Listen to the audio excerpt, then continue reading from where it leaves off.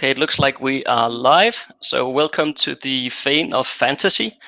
This one is another video in the series on world building. And today I am also joined by another fantasy author. Lene is a Danish fantasy author. So thanks for joining here today, Lene. Thank you. Uh, My we pleasure. We discussed a bit via email what kind of area within fantasy world building we wanted to cover, and I think we settled ourselves on something called closed versus open universes, Lene, which I think you've kind of dived into in your own authorship. Yes, that's correct. I've written 5 novels in Danish, all fantasy novels, and the first 3 books are in a series called The Guardians of the Key. And in that series, I have worked with a parallel universe where we have our normal universe. 2 kids are brought up in Denmark and they travel to Spain because they are on a treasure hunt for a magic artifact. And when they get to Spain, this magic artifact reveals or gives access to a parallel universe, which is in a way similar to our own universe, and in a way it's not. It's not the same. So this parallel universe is actually version of the Spanish history.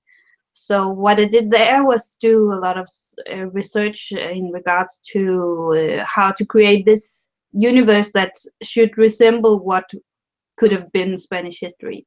So that is what I would call a parallel universe or an open construction, because there's like a portal between our world and another world that is magical and that is not realistic, in the sense that it's not part of our own world. So that's one example, and this is what I explore in this book, and the next in the series. The first book is called The Golden Key, and the other kind of fantasy construction that I work with is the closed universe. My most recent book, this one, takes place in a fantasy world like the ones you know from The Lord of the Rings or Game of Thrones, and that kind of universe is closed in the sense that it has nothing to do with our world. So these are the 2 areas I work with, and of course these 2 approaches to writing fantasy also require different types of preparation in the writing phase. So that's what I'm going to talk to you about today. Yeah, very cool. So basically, the closed universe is like I guess what most of us would classify as our common understanding of a fantasy world. And then when you say open universe, you mean like it's basically a setting similar to Earth, but with fantasy elements. Would that be fair to say? Well, yes, I think the open construction also refers to the fact that our world is not closed and contained in itself, but there's another world next to it that we can enter through our own world through a portal, for example, which is the case in the Guardian of the Key series, where I use actually an old Moorish fortress as the access point to history. So once you step into a certain area of this old fortress, you will be transported into the past, so to say. So I think the open construction means that our world is not contained in itself, because there is a parallel universe that we can access from our own world. So that's what I mean by it, at least. Okay. Right, but some of when I do research or brainstorming for the closed universe, I tend to start off by actually making a mind map. And what I did with the Skyreal here was that I draw a map on my computer, and it was not a, it was not a realistic map. It was just a mind map actually, Mm. where I wrote the different locations from the book, and later an artist draw this real map. But this gave me um, some elements that I could brainstorm on. For example, I started with the geography. Where are the different planets in the universe, and why are they there, and what are their relations? So that that was one the point that I started to brainstorm on when I wanted to create this novel. And Mm. another thing was that I also, when I had the people in place, so to say, and I knew that what their relations, the different parts of the world, what their relations were to one another, I um, I dove into exploring the religion and the culture, because in history, very many times conflicts have evolved from re- religious conflicts, or that people cannot agree which Hmm. religion we should um, Follow, we, yeah. yeah, we should follow in our country. And I think that's very powerful stuff to create conflicts based on religion. So that was something that I brainstormed on. And luckily you can tell that there are numerous conflicts in, for example, European history, that actually has this conflict, the religious conflict, um, as the starting point of a war or Mm. stuff like that. And you see it all the time, also in fantasy novels. So I think that was very interesting. So in my books, we have the classical conflict between um, you know uh, a pluralistic religion with many gods, and we have a god for love, for example, and a Mm. god for wars, as you see it in Norse mythology, and you see in Greek, Greek yeah. mythology, and in Roman. And then we have the monotheistic, I Hmm. think it's called, with Yeah. one god, and as we have in Christianity, for example.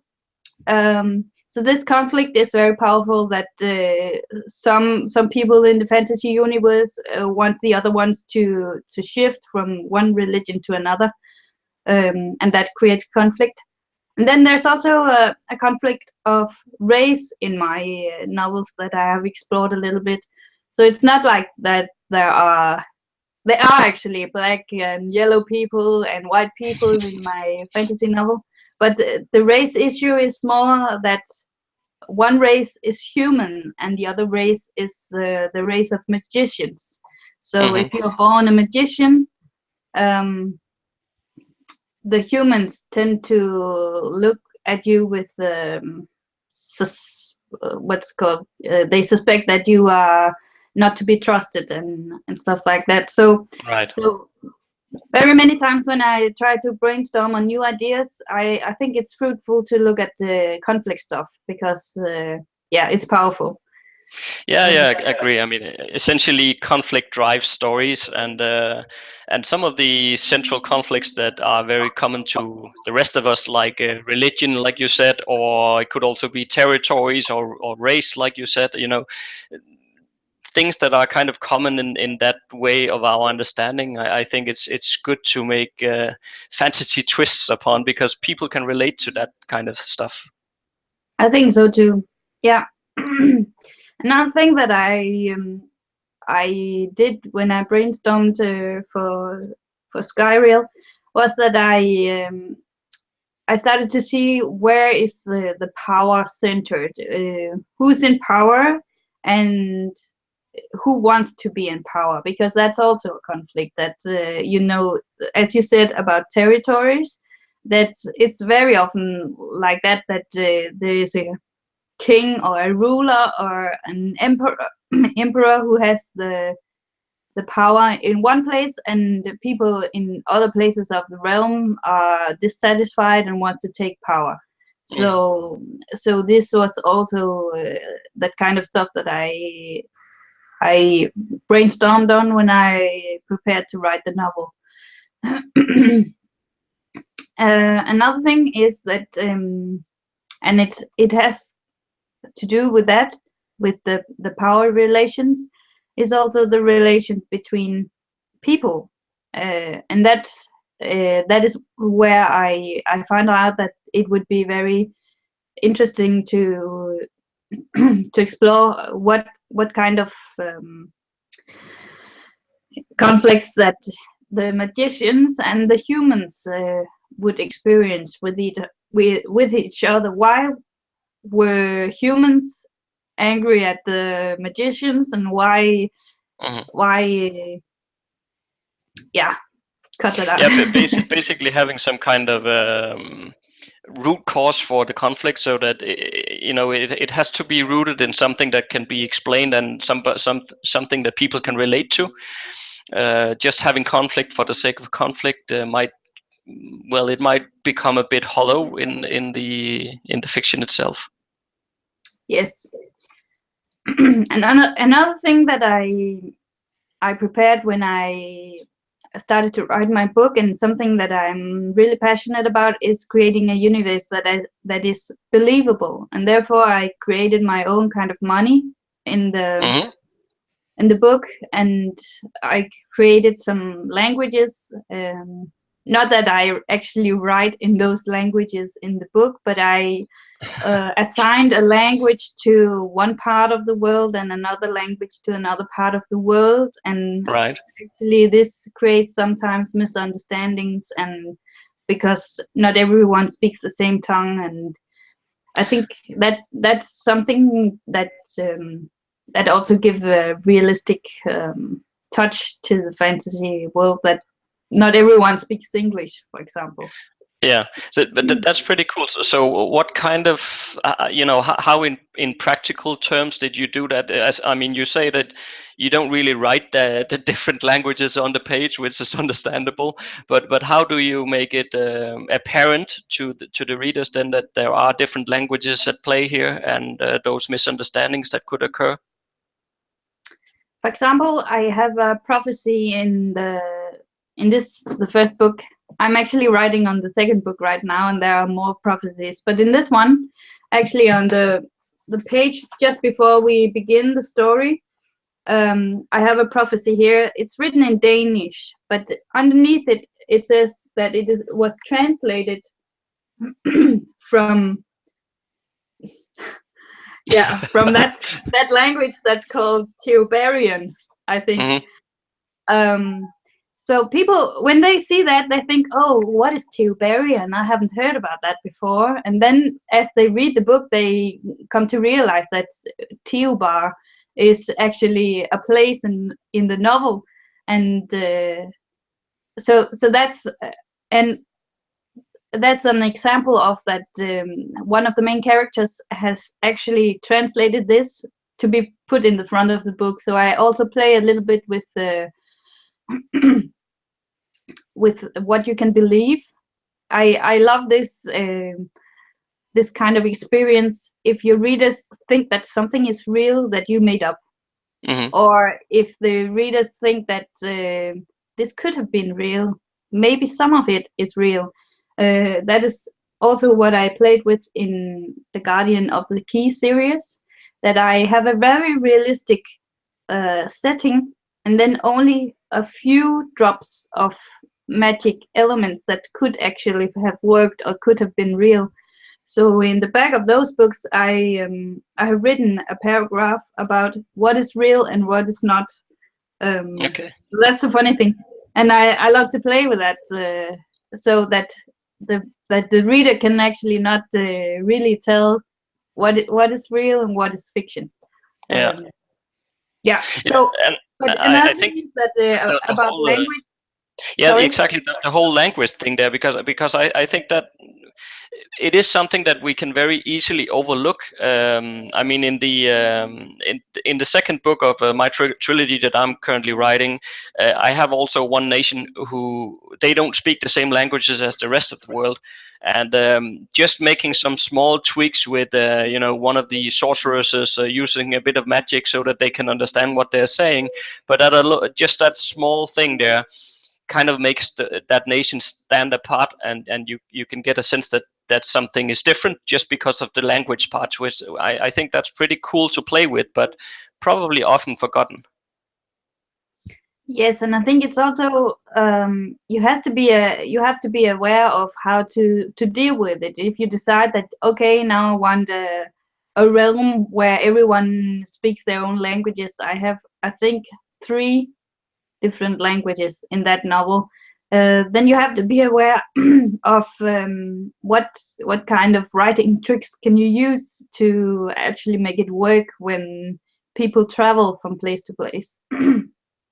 And what I did was that I have these three main parts in the book: Ascaria, Ovania, and Tiubar, and also Gadalia. I think I would call them if they Translated, were English. yeah. And so everyone, almost everyone in the realm would speak Omni-Ovanian, because Hmm. that means Omni is like everyone or common or something Yeah. like that. But then we also have the Ascarian tongue or the Ascarian language and the Ovanian language and the Teobaranian language. So if they were to speak to each other, they would speak their own local tongue, and if they was to speak to strangers, they would use the Omni-Ovanian, so Right, that yeah. they So could speak everybody to each shares other. kind of a common tongue, and then they have their own individual country languages as well. Exactly. And Yeah. also something that is also cool is that, for example, in the book number 2, I have this very a villain that we don't know where he's coming from, and but you can tell in the way that he speaks that he is not from here. So that's also a kind of if everybody speaks the same language, you cannot put a character trait into a person like that, because if you all speak the same language, how to tell the difference then? So I Hmm. think it's fun to play with. Yeah. Yep. Um, Yes, and then I would like to also tell you a little bit about how I prepared to. In now, I have talked a little bit about how I prepared to write Skyriel, the first book, um, in the closed fantasy world, and here I need to, make everything up myself. So I need to brainstorm my fantasy, my imagination, to like create it from the ground up, everything. Hmm. But when I write the other kinds of fantasy that I write, I tend to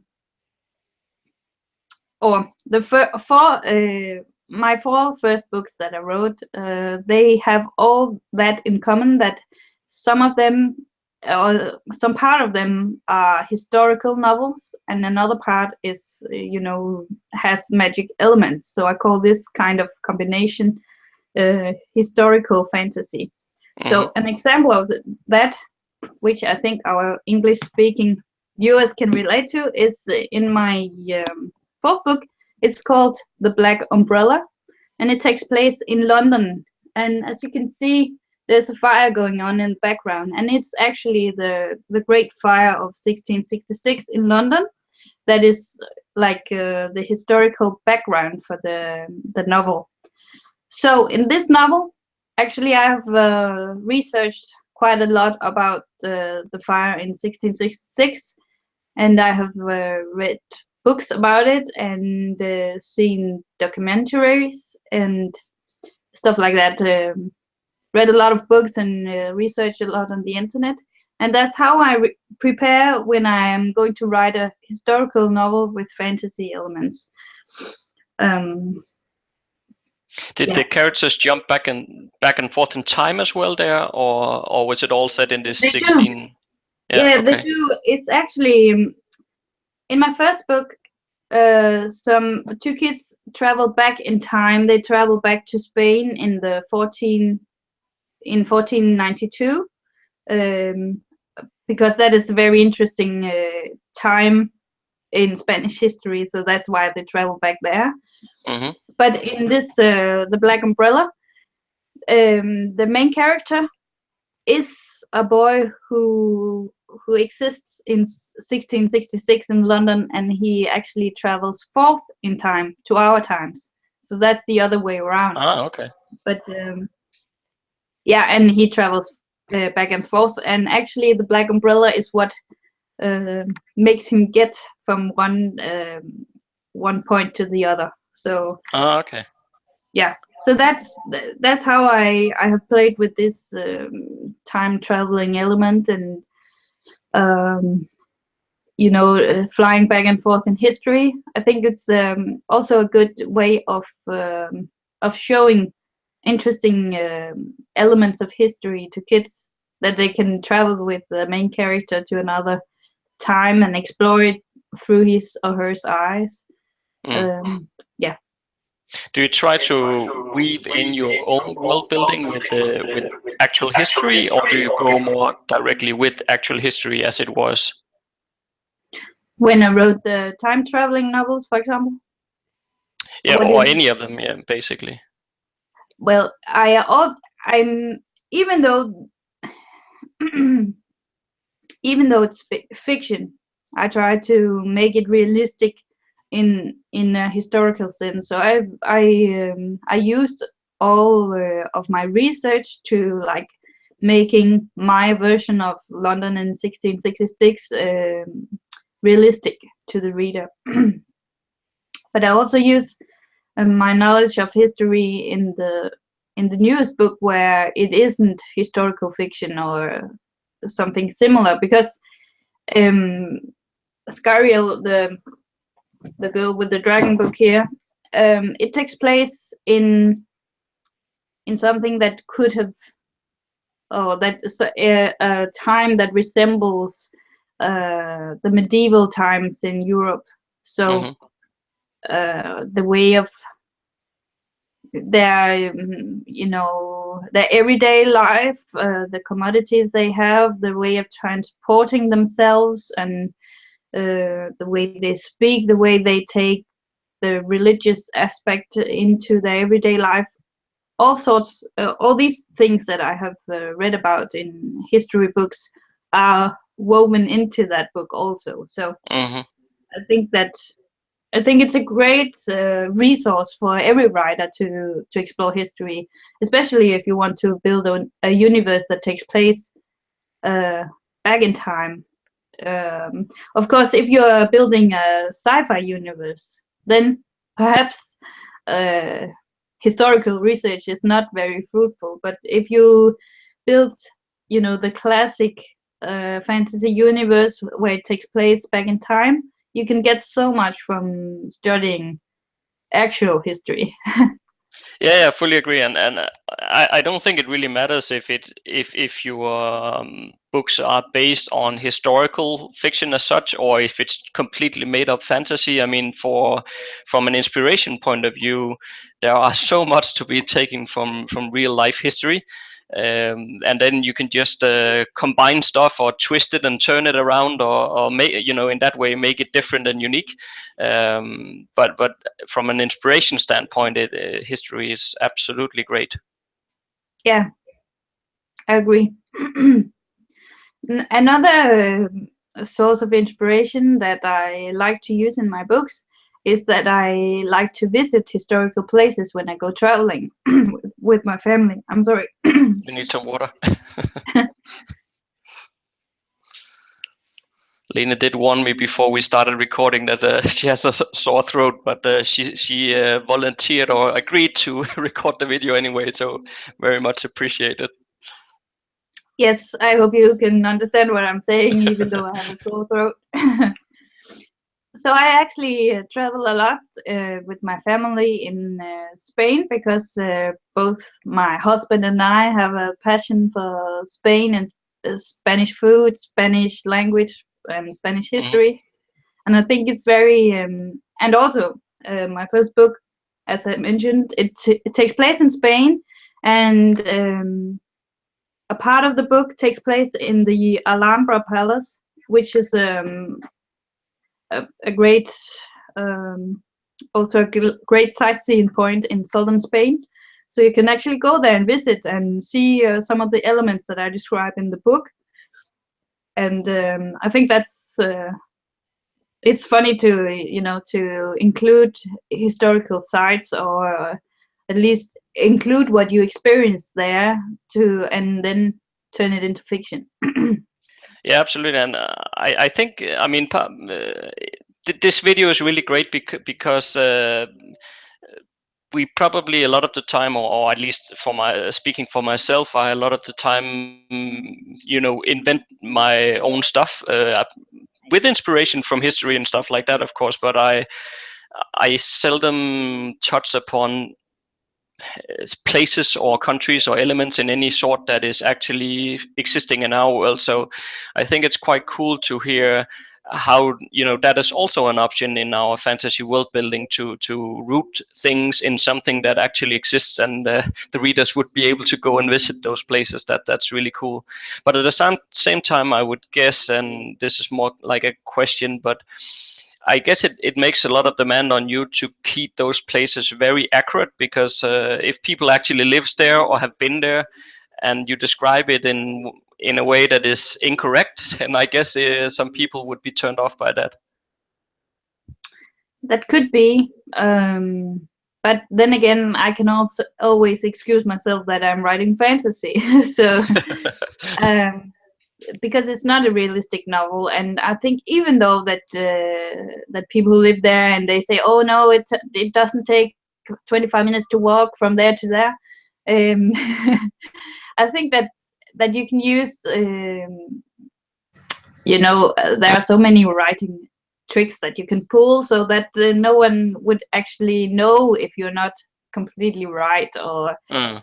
um, because you can cut corners as a novel writer. You don't have to describe everything in detail. So if there's something that you're not sure about or you don't remember exactly, maybe you can just let your character be uncertain. Yeah, true. So that's not you as an author, but it's your character that couldn't remember that, or he remembered wrong, or Yeah. so I think Or it starts you have raining. exactly.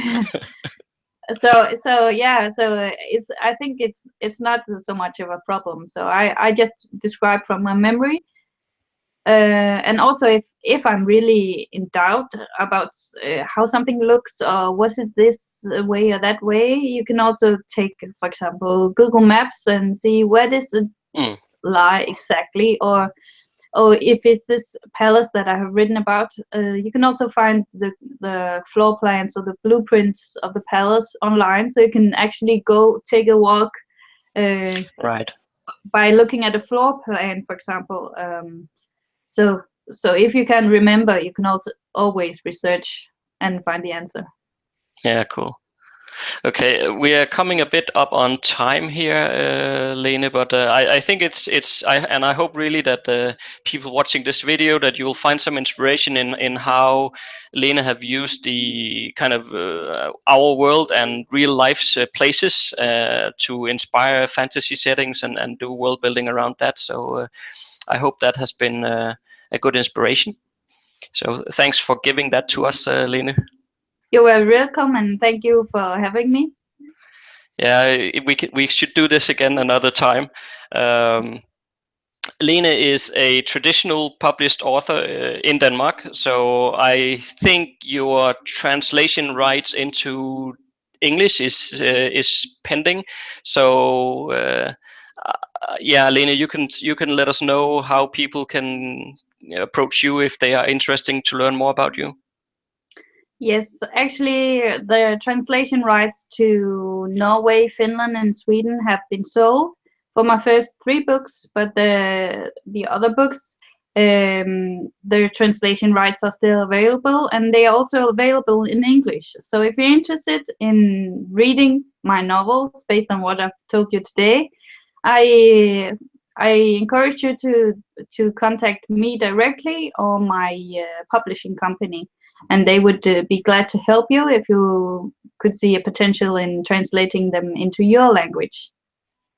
Okay, very cool. I can get those details of you, Lene. Then I'll put them in the descriptions field for every one of you who want to contact Lene. So just click the link in the description field. But thanks so much for joining today, Lene. That was it was a pleasure. Thank you. All right, thanks.